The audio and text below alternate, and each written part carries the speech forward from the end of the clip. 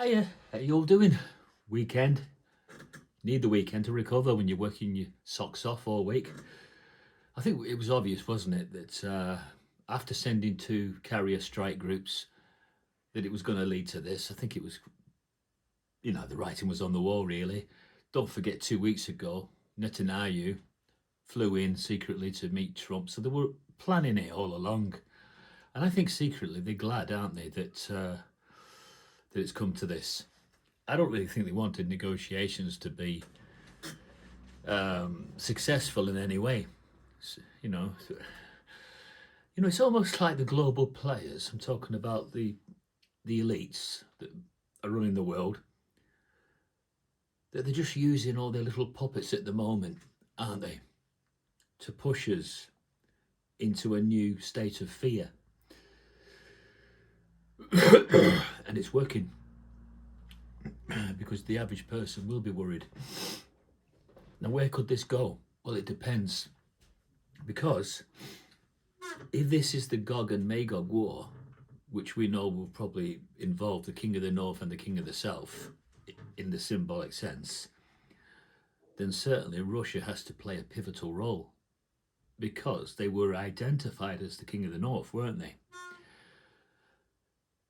If that calculation was true, and that Russia are the King of the North and the King of the South are the Anglo-American last human world power, which I find really interesting. Always have done.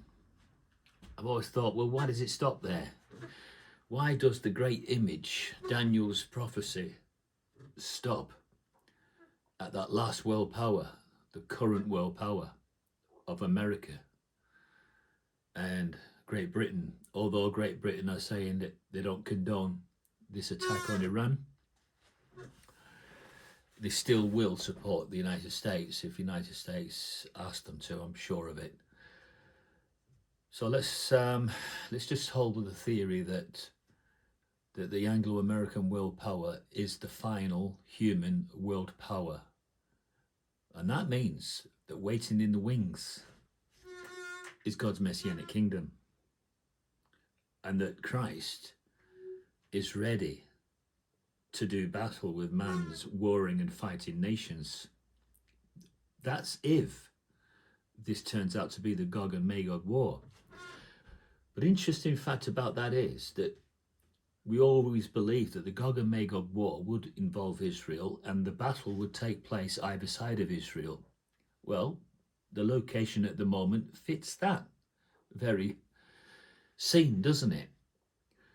And if you go back 2,000 years and you look at Megiddo, a place in Israel, that's where all these one-sided, very decisive battles were fought.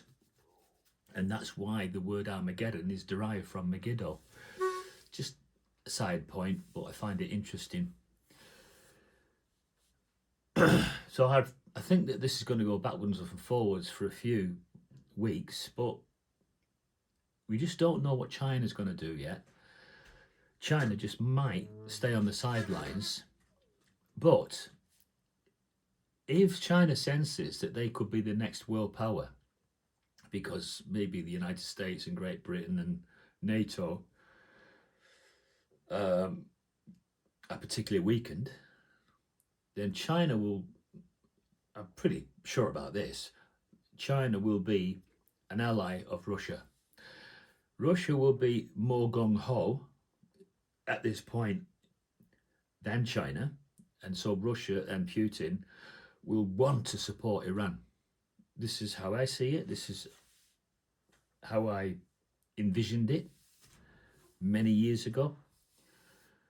And I suppose Russia will be trying to get technology over to Iran as quickly as possible. Let's hope that that technology is not in the form of nuclear. But it's shaping up, isn't it? It's really shaping up to be what we thought it would be. But the question is, what is China going to do? Huge question mark. There's a lot of doubt on that. I've always believed that if they don't have any choice, then they have to support Russia and they have to support Iran.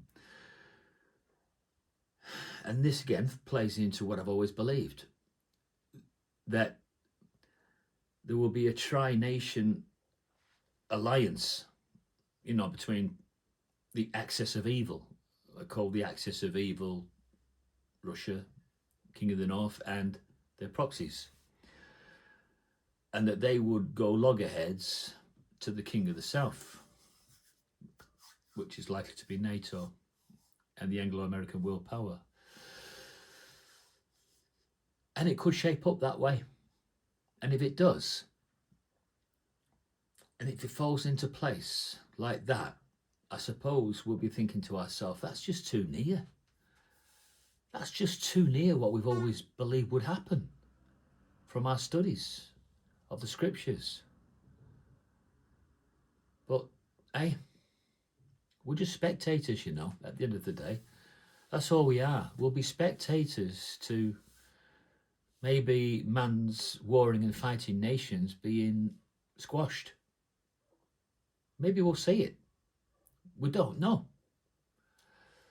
Because we've made certain assertions believing that they would happen that way, and they haven't always happened the way that we've envisioned them. So that's why I say, if this is a significant jigsaw piece to be put into the puzzle, then put it in now. This is a good time to put that jigsaw piece in the final last days. So I might just do that. I might just put that jigsaw piece in right now, just in case there's total involvement.